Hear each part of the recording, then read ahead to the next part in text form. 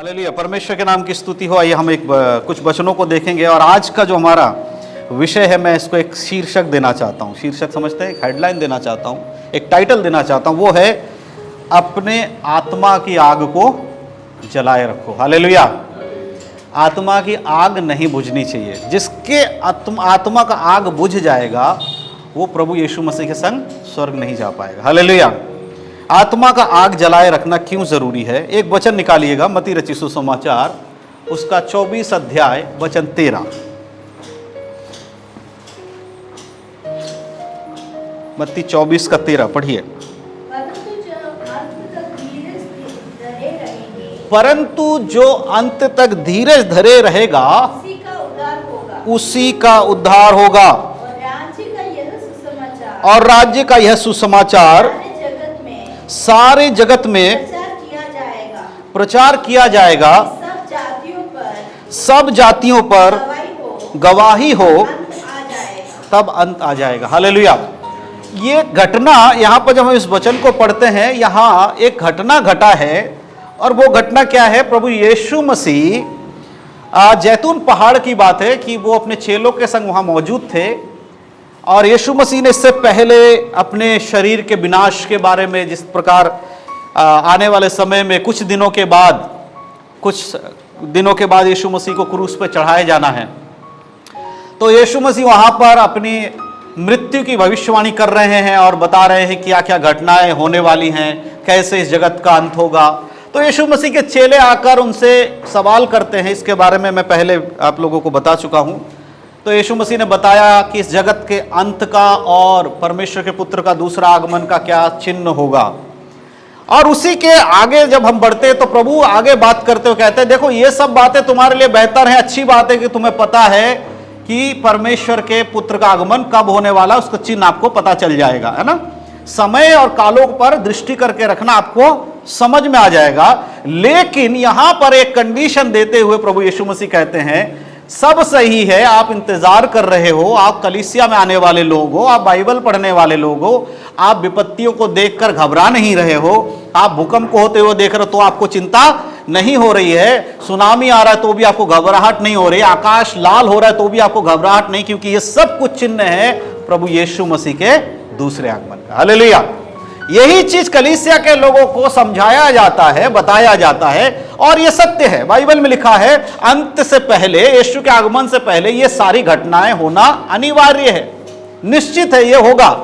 लेकिन उसके आगे प्रभु कहते हैं, क्या कहते हैं? 13 अध्याय में लिखा, 13 आयत में लिखा, परंतु जो अंत तक धीरज धरेगा उद्धार उसी का होगा। हालेलुया, ये सारी घटनाओं को देखते हुए खुश होने के बजाय आपको धीरज धरने की जरूरत है ना। ये चिन्ह किसके लिए है? जैसे उसके अगर हम 4 आयत से पढ़ते हैं तो यीशु मसीह कहता है, सावधान रहो कोई तुम्हें भरमाने ना पाए। और उसके आगे लिखा है, भूकंप होंगे, लड़ाइयों की चर्चा सुनोगे। ये सब बातें उससे पहले होना जरूरी है। तो ये सब देखने के बाद आपको लगेगा कि हम बहुत अच्छे मसीह लोग हैं, अब हमारे सामने ये सब हो रहा है, हमारा जो दूल्हा है यानी कि यीशु मसीह, उसके आगमन का समय निकट है और हम खुश हो गए, आप खुश हो गए। लेकिन उसके नीचे प्रभु कह रहा है, ध्यान रखो जो अंत तक धीरज धरेगा वो ही इस बात के लिए खुश हो जाए। हालेलुया, जो धीरज नहीं धरता है उसको खुशी मनाने की जरूरत नहीं है। हालेलुया, चाहे वो प्रचारक हो, चाहे वो उपदेशक हो, चाहे वो शिक्षक हो, चाहे वो विश्वासी हो, चाहे वो पास्टर हो, भविष्यवक्ता, कोई भी हो, जिसने अंत तक धीरज नहीं धरा वो प्रभु के संग स्वर्ग में नहीं जाने वाला। हालेलुया, है ना कड़वी बात। अब तक आपने सुना कि एक बार यीशु मसीह वचन में क्या लिखा है? पौलुस इस प्रकार से कहता है, यदि तुम मन में विश्वास करो और मुंह से अंगीकार करो तो क्या होगा?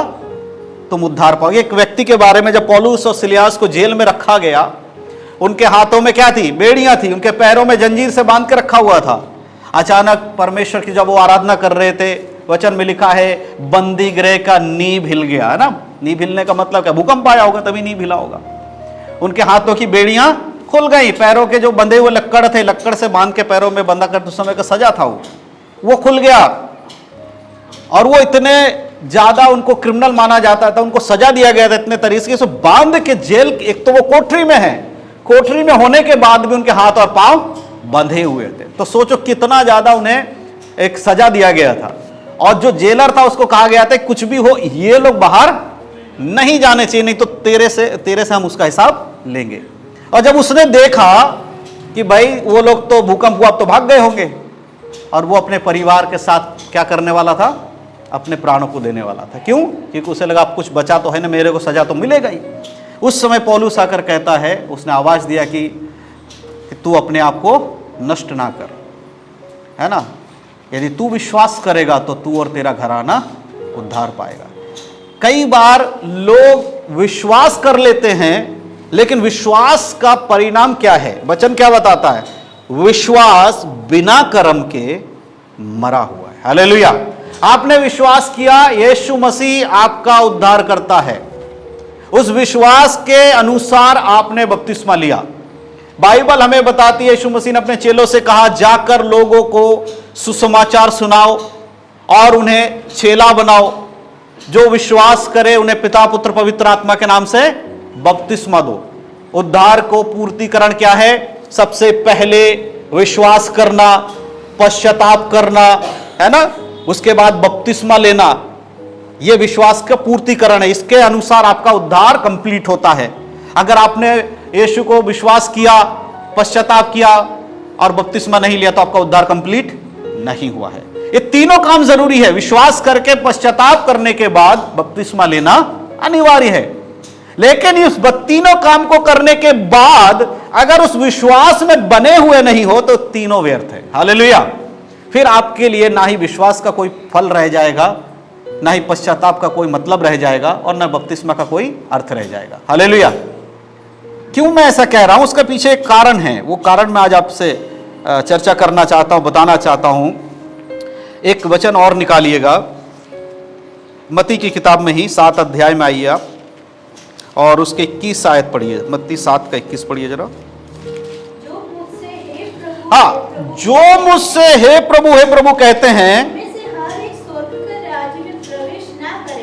बस हर एक स्वर्ग के राज्य में प्रवेश नहीं करेगा। हाँ, आगे। परंतु वही जो मेरे स्वर्गीय पिता का इच्छा पर चलता है। परंतु वही जो मेरे स्वर्गीय पिता की इच्छा पर चलता है।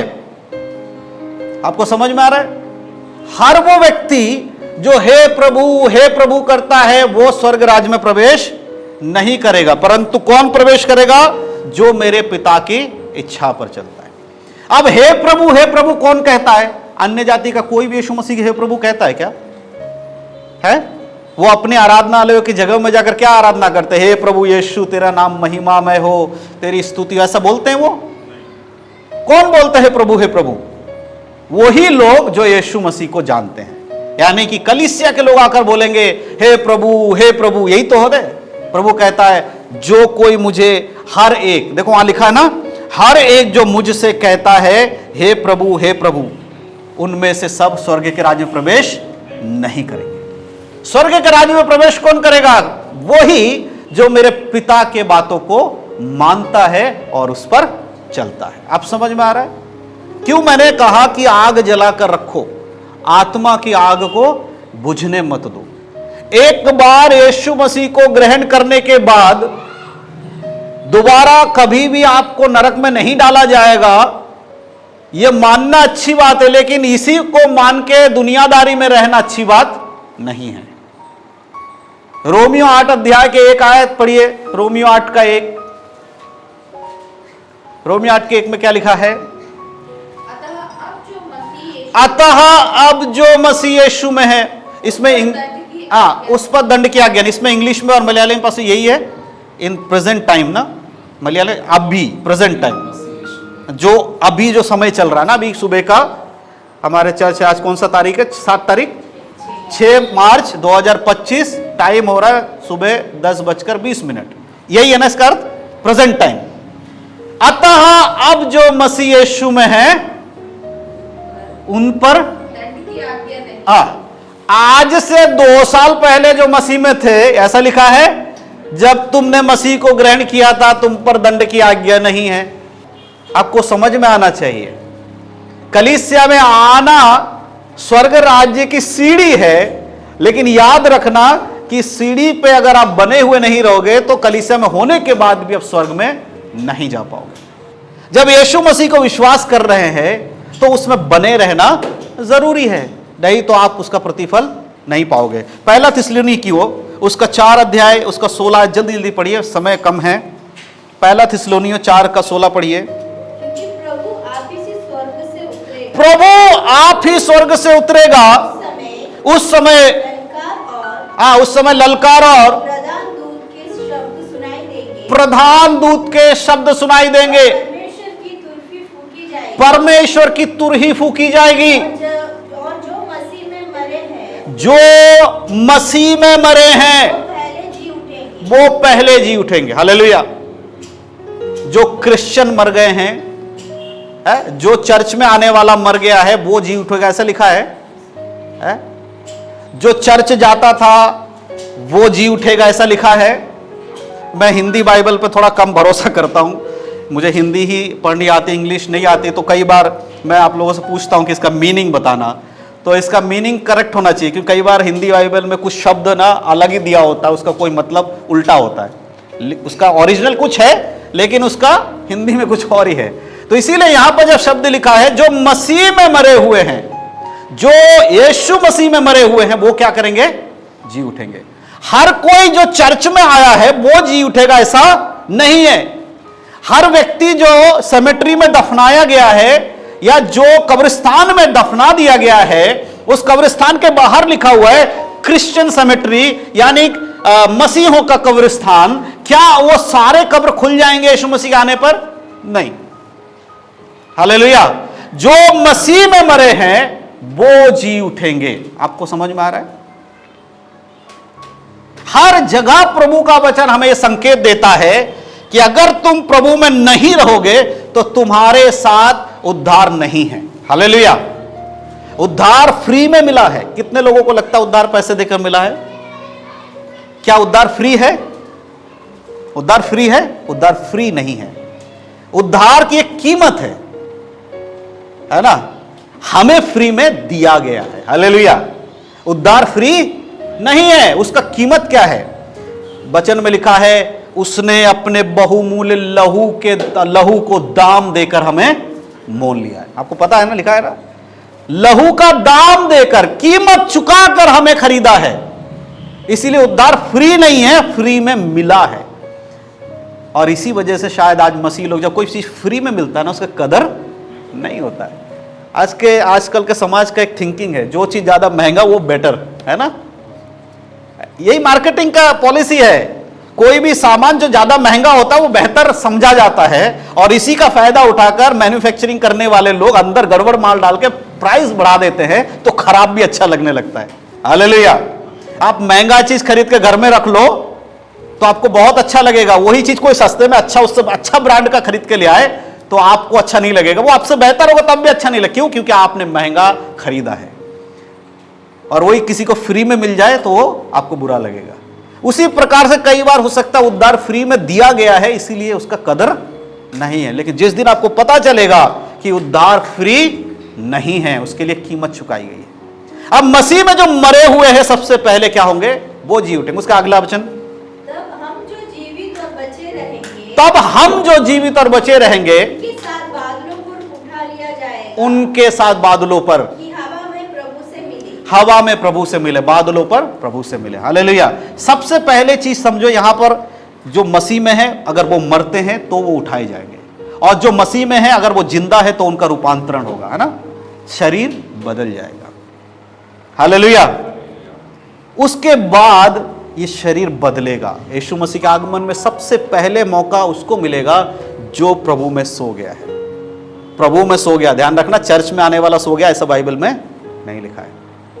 इसीलिए कहा ना, अतः अब जो मसीह यीशु में, जिस समय तुम इस वचन को सुनते हो, जिस समय आपको यह सुनाई दे रहा है जो मैं आपको बोल रहा हूं, अगर अभी आप प्रभु में नहीं हो, आप स्वर्ग नहीं जा सकते।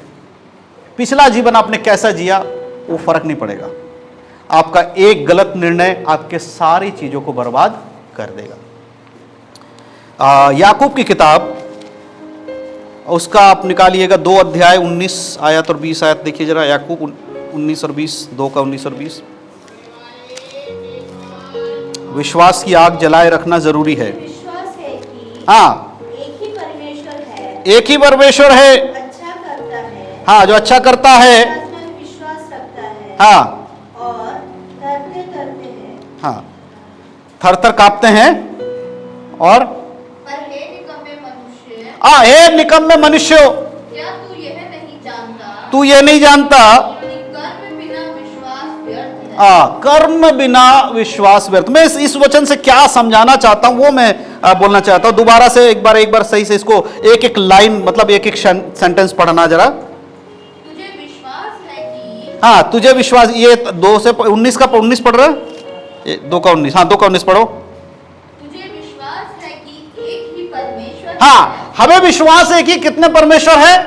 एक ही परमेश्वर है। ठीक है, तू अच्छा करता है, तू अच्छा करता है। दुष्ट आत्मा भी विश्वास रखते हैं हाँ और थरथराते हैं। हाँ, बस बस बस, हमें विश्वास है कि परमेश्वर है। यीशु मसीह कौन है? परमेश्वर है। अब हम स्वर्ग चले जाएंगे, है ना? विश्वास करोगे तो तुम स्वर्ग जाओगे। वचन में लिखा ना, अब घमंड क्या आ गया है? हमें विश्वास है कि यीशु मसीह खुदा है, हम स्वर्ग जाएंगे। वचन में कहता है दुष्ट आत्मा भी तो यही विश्वास करते हैं, क्या वो स्वर्ग जाएंगे? हम सिर्फ विश्वास करते हैं, दुष्ट आत्मा हमसे एक कदम आगे है, वो विश्वास भी करते हैं और थरथर कांपते भी हैं। हम सिर्फ, मनुष्य सिर्फ विश्वास करता है, कांपता नहीं है। आज के मनुष्य तो मुझे नहीं लगता कि, बहुत कम ऐसे लोग हैं जो प्रभु के प्रेजेंस में थरथर कांपते होंगे। कांपते हैं क्या? मैं आपको क्या समझाना चाह रहा हूं, आपको समझ में आ रहा है? आपका विश्वास है कि यीशु मसीह खुदा है, लेकिन दुष्टात्माएं भी तो मानते हैं कि यीशु मसीह खुदा है। शैतान भी तो यीशु मसीह को खुदा मानता है। जब यीशु मसीह उस दुष्टात्मा से ग्रसित व्यक्ति के पास गए तो उन्होंने क्या कहा कि ये हे यीशु परम प्रधान के पुत्र, तू समय से पहले हमें सताने क्यों आया है ना? वो विश्वास नहीं करता क्या वो परमेश्वर का पुत्र है? करते हैं तो क्या वो स्वर्ग चले जाएंगे? तो आपका विश्वास है यीशु मसीह खुदा है तो आप स्वर्ग चले जाओगे। यही समझाना चाहता हूं। उसके 20 पढ़िए। पर हे निकम्मे मनुष्य, हे निकम्मे मनुष्य, क्या तू यह भी नहीं जानता क्या तू यह भी नहीं जानता कि कर्म बिना विश्वास व्यर्थ है। कर्म बिना तेरा विश्वास व्यर्थ है। अगर तू कहता है कि यीशु परमेश्वर है, ये तेरा विश्वास है, तो तेरा कर्म नहीं है उसमें, तो तेरा विश्वास भी बेकार है। और कर्म क्या है? विश्वास की पूर्ति क्या है? उसका कार्य करना।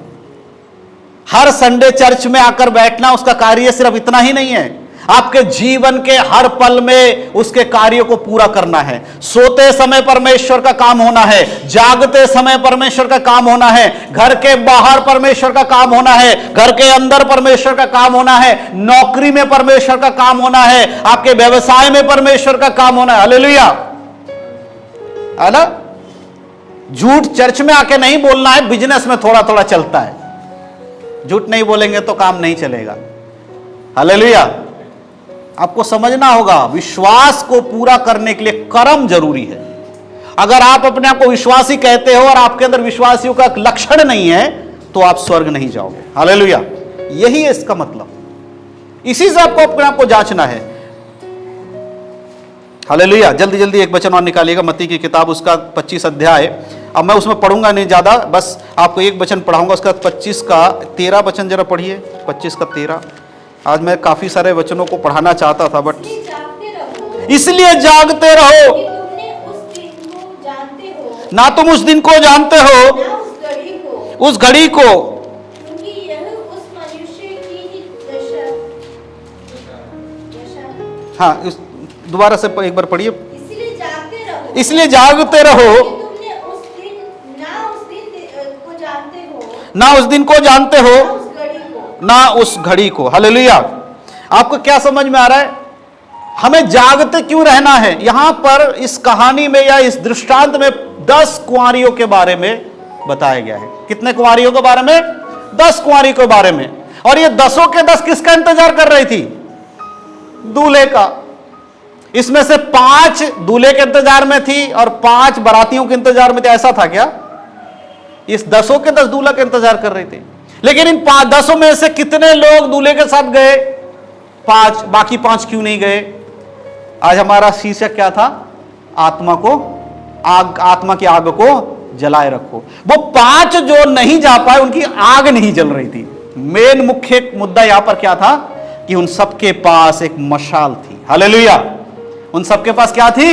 मशालें थी, और उन मशालों को जलाए रखना जरूरी था। और जलाए रखने के लिए उसको ईंधन या उसके लिए तेल रखना जरूरी था।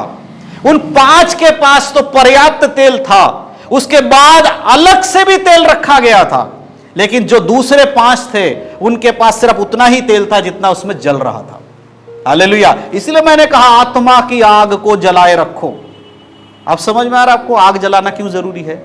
ले जब इनका आग बुझा, जब तुरही फूकी गई, जब पता चला कि दूल्हा आ गया है, तब इनको पता चला कि इनकी गलती क्या है, तैयारी नहीं थी।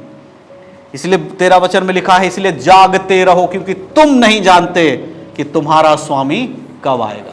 यदि मालिक या घर का स्वामी जान जाए कि उसके घर में चोरी कब होगी, तो वो चोरी होने देगा क्या? वो घर को ताला लगाकर बढ़िया रखेगा। लेकिन चोर के समान जब यीशु मसीह कहता है कि मैं चोर के समान आऊंगा, बहुत सारे लोगों को लगता है चोर का उदाहरण दिया क्यों दिया? भाई यीशु गधे पे भी बैठ के आया था। आपको गधे पे बिठा के अगर अभी निकालूंगा तो आपका क्या नाम होगा?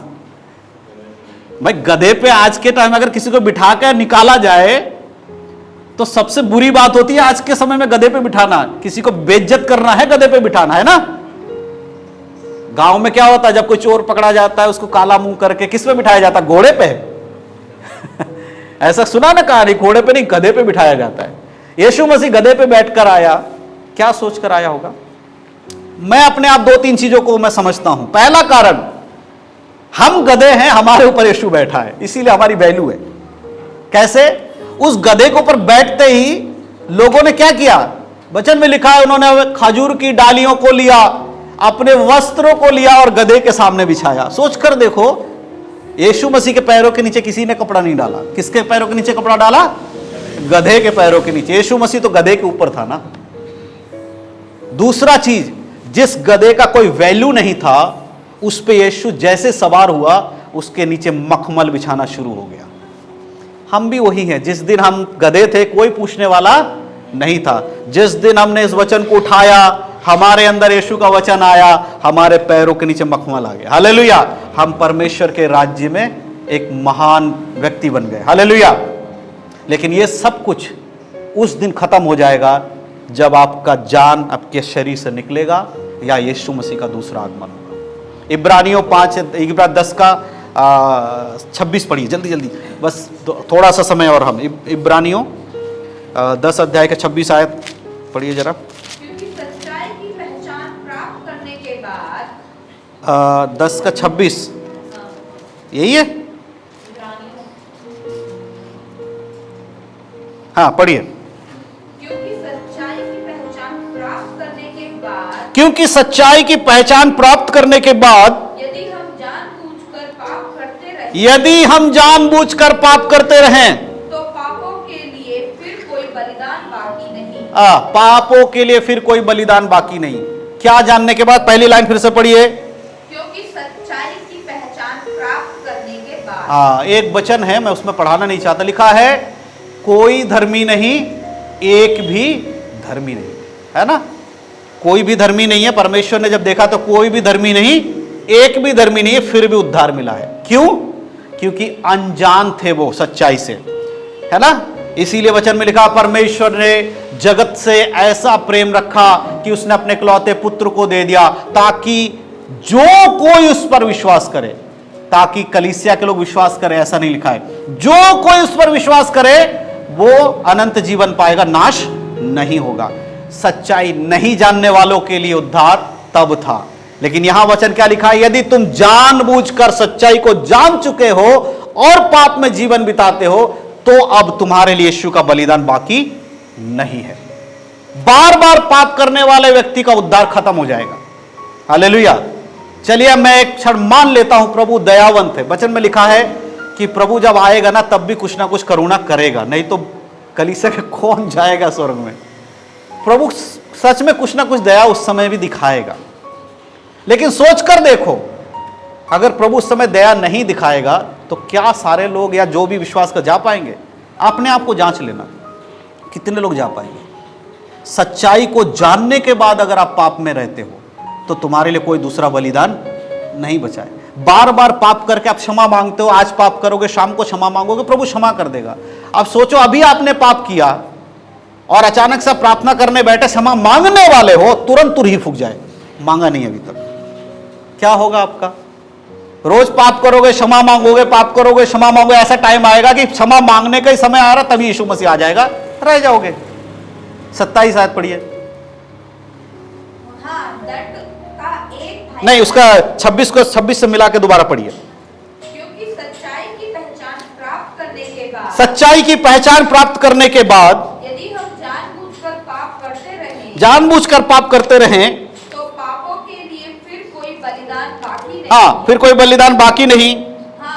हाँ, दंड का एक भयानक बाढ़ जोना और आग का ज्वलन बाकी है।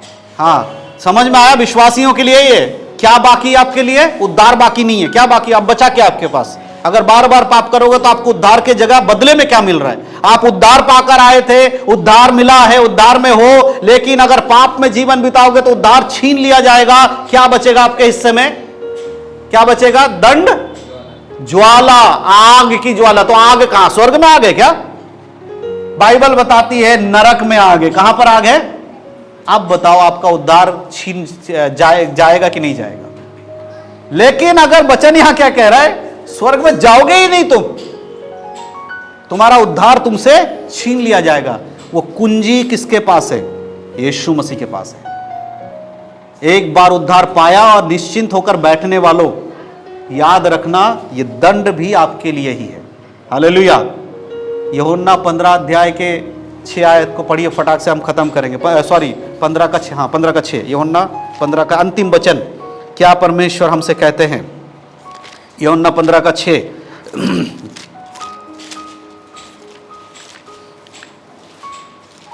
जॉन, यदि कोई मुझ में बना ना रहे, यदि कोई मुझ में बना ना रहे, तो वह डाली के समान फेंक दिया जाता, हाँ और सूख जाता, हाँ, और लोग उन्हें बटोर कर आग में झोंक देते हैं, हालेलुया, और वह जल जाती है। जल जाती है। जो यीशु में बना नहीं रहेगा वो उस डाली के समान हो जाएगा जो पेड़ से काट डाला जाएगा। उस पेड़ से कटे हुए डाली को क्या करते हैं लोग? सुखाते हैं। सुखाने के बाद उसको जला देते हैं। आज अगर प्रभु में आप बने हुए नहीं रहोगे, इसीलिए प्रभु ने कहा जो डाली मुझ में बनी हुई नहीं है वो फल नहीं ला सकती। जो दाख लता के संग जुड़े हुए नहीं है उसके अंदर फल नहीं दिखाई देगा। इसलिए मेरे प्रियो, याद रखना है, इस चर्च में बैठकर वचन सुनने समय अगर आप प्रभु में हो तो आपका उद्धार है। लेकिन अगर वचन सुनने के बाद भी आप प्रभु में नहीं बने रहे तो इस वचन का आपके जीवन में कोई प्रतिफल नहीं मिलेगा। फिर आपके लिए एक ही चीज बाकी है, आप सुखाए जाओगे और अंत में जला दिए जाओगे। हालेलुया। इसलिए प्रभु में बने रहो। वो 10 कुंवारियों में से 5 कुंवारियों को बुद्धिमान और 5 को मूर्ख कहा गया, 5 को धर्मी और 5 को पापी नहीं कहा गया। इस बात को आपको याद रखना है। वहां यह नहीं कहा गया कि 5 स्त्रियां क्या थी? धर्मी थी और 5 स्त्रियां पापी थी, ऐसा नहीं लिखा है। लिखा है 5 मूर्ख और 5 समझदार। हालेलुया। आप उद्धार पाए हुए हो, आपने यीशु में विश्वास किया है, सिर्फ आपके समझ के ऊपर निर्भर करता है आप सही चलोगे या नहीं चलोगे। सही चलोगे तो आप दरवाजे के अंदर होगे, सही नहीं चलोगे तो दरवाजे के बाहर खड़े हो। हालेलुया। इतना ही फर्क है। उद्धार में बने रहना जरूरी है, उद्धार पाया है उसमें बने रहना जरूरी है। इसीलिए आज मैंने आपसे कहा कि आज हमारा विषय यही है, आत्मा की आग को जलाए रखो, अपने मशाले बुझने मत दो। प्रार्थना आपके मशाल को जलाने का ईंधन है। वचन आपके मशाल को जलाए रखने का ईंधन है। धार्मिकता का काम आपके मशाल को जलाए रखने का ईंधन है। जब एक प्रकाशित वाक्य में लिखा है एक व्यक्ति के बारे में कि एक व्यक्ति के धार्मिकता का जो श्वेत वस्त्र है वो उसके धर्म के काम है। स्वर्ग में जो हम देखते हैं ना, मती में जब हम पढ़ते हैं कि राजा ने आज्ञा दिया, जाओ सब जाति के लोगों को जाकर बोलो कि राजा के बेटे का शादी हो रहा है, भोज में बुलाओ, है ना, बड़े भोज की तैयारी की। चुने हुए लोग आने से इनकार कर दिया। उन्हें बताया तो उन्होंने कहा हमारे पास ये है, हमारा फलाना है, शादी हुआ है, खेत खरीदा है, अपना अपना एक्सक्यूज देकर उन्होंने पल्ला झाड़ लिया, लेकिन जो खाना बना हुआ था उसका क्या करे? राजा ने आज्ञा दिया, जाकर चौराहे पे जाओ, कंगालों को, लूलों को, लंगड़ों को, अंधों को, भिखारियों को ढूंढकर बुलाकर लाओ। वे सब बुलाकर लाए गए। जब राजा अंदर आया तो उसने एक व्यक्ति को देखा जिसने भोज का वस्त्र नहीं पहना था। उस जगह ड्रेस कोड हुआ होगा, है ना, कि आप आओगे तो आपको ये पहनना है। उस व्यक्ति ने पहना हुआ नहीं था। तो क्या कहा उसने? कहा कि इसका हाथ पैर बांधकर अंधेरे में डाल दो जहां रोना और दांत पीसना है। हालेलुया। उसी प्रकार प्रकाशित वाक्य में लिखा है कि श्वेत वस्त्र, उस वस्त्र का मतलब है आपके धार्मिकता के कार्य। आप धर्मी यीशु के द्वारा बने गए हो, लेकिन धार्मिकता का काम करना आपके हद में है। आप कर सकते हो। पवित्र जीवन जीना धार्मिकता में बने रहना है। बाइबल पढ़ना धार्मिकता में बने रहना है। प्रार्थना करना धार्मिकता में बने रहना है। जहां कहीं भी आप गिरने की परिस्थिति में आ जाओ, प्रार्थना करो। पवित्र आत्मा सिर्फ करंट लगाने के लिए नहीं भेजा गया है। आज पवित्र आत्मा सिर्फ करंट लगाने के लिए लोग इस्तेमाल करते हैं, है ना। आज तक समझ में नहीं आया कि वो करंट लगाते कैसे हैं। पवित्र आत्मा आपको सहायक के रूप में दिया गया है, वो आपको उठाकर पटकने के लिए नहीं दिया गया है। एक दुष्ट आत्मा पवित्र आत्मा के सामने गिर सकता है, एक पवित्र व्यक्ति गिर गिर के चिल्लाए तो समझ में आना चाहिए उसके अंदर क्या है। हालेलुया। इसीलिए आपको पवित्र आत्मा को उद्धारकर्ता के रूप में अपने जीवन में अगुवाई के लिए बुलाना है। पवित्र आत्मा को कभी भी ऑर्डर नहीं देना। बहुत सारे लोगों को मैंने देखा प्रार्थना में कहते हैं, हे पवित्र आत्मा ये ऐसा कर दे, हे पवित्र आत्मा ये हो जाए। पवित्र आत्मा हमारा गुलाम नहीं है, वो आदर के योग्य है। हम पवित्र आत्मा से सहायता ले सकते हैं, लेकिन आदर और भक्ति के साथ हम उससे विनती कर सकते हैं, हे पिता परमेश्वर पवित्र आत्मा आप मेरी सहायता करो, लेकिन ऑर्डर नहीं देना। मनुष्य के पुत्र के विरोध में हर पाप का क्षमा है, लेकिन जो पवित्र आत्मा के विरोध में पाप करेगा उसका क्षमा ना इस लोक में है न स्वर्ग लोक में। हालेलुया। परमेश्वर के नाम की महिमा। ये अपने आंखों को बंद कर हम प्रार्थना करेंगे। सर्वशक्तिमान पिता परमेश्वर, हम आपका धन्यवाद करते हैं प्रभु जी, जिस प्रकार आज हमने सुना और समझा परमेश्वर कि हर विश्वासी के अंदर के जो आग है, आत्मा की जो आग है, उसे जलाए रखना कितना महत्वपूर्ण है। यदि हमारे मशाले बुझ जाएंगी, यीशु मसीह का आगमन होगा, तुरही को फूका जाएगा। उस समय यदि कोई मसीह में नहीं है, वचन में लिखा है वो यीशु के संग बादलों पर नहीं उठाया जाएगा। हर कब्र नहीं खुलेगी, हर व्यक्ति का रूपांतरण नहीं होगा। जो मसीह में बना हुआ है उसी का उद्धार होगा। जो अंत तक धीरज धरेगा वही यीशु को बादलों पर मिल पाएगा। इसलिए मेरे प्रियो, अपने जीवन को परमेश्वर के हाथों में समर्पण करके परखें। हमारे जीवन के हर एक परिस्थिति को प्रभु के हाथों में सौंपकर हमें देखने की आवश्यकता है। यदि आज हमारे जीवन में कोई कमी घटी है तो आज परमेश्वर ये मौका दे रहे। वचन में लिखा है, जैसा कि लोग समझते हैं उसके आगमन में देरी इसलिए नहीं हो रही कि वो देर कर रहा है, परंतु वो नहीं चाहता कि कोई भी पापी नाश हो, हर किसी को मन फिराव का अवसर मिले, इसलिए यीशु मसीह का आगमन में देरी है। मेरे प्रियो, ये देरी आपके लिए एक अवसर है। ये देरी आपके मन परिवर्तन के लिए एक मौका है। आज आपको यू टर्न लेकर आने के लिए प्रभु की आत्मा का अगुवाई कर रहे हैं। परमेश्वर कह रहा है, यदि तू अपने बुराई में पड़ा हुआ है उससे मन फिरा, क्योंकि मेरे आने के बाद यह बदलाव नहीं होगा।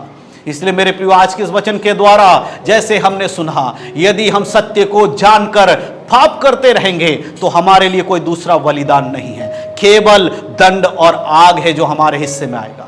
इसलिए आज अपने जीवनों को परखें। दूसरों को परखना बार बार आपने देखा होगा, कई बार आपने दूसरों को परखा होगा। आज बाइबल से खुद को परखें, क्या यीशु के आगमन पर आप उसके संग जा पाएंगे।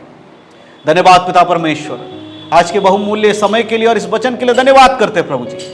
हम विश्वास करते प्रभु, इस वचन को सुनने वाले लोगों का हृदय बदलेगा परमेश्वर। जो लोग अपने मनों में परमेश्वर परिवर्तन कर रहे हैं, उनके जीवन में यीशु मसीह के नाम से सामर्थ आए प्रभु, और उनका मन परिवर्तन हो, लौटकर आपके पास वापस आने पाए। जैसे वो अपना पिता का धन संपत्ति को उड़ाकर उसे पश्चाताप हुआ कि उसके पिता के घर में उसके लिए बहुत अच्छी वस्तुएं हैं, उसने पश्चाताप करके मन फिराकर अपने पिता के पास जब लौट कर आया, पिता ने उसकी गलतियों को क्षमा करके उसे गले से लगाया, अपनी अंगूठी उतार के उसे पहनाया, अच्छे वस्त्र देकर उसका स्वागत किया।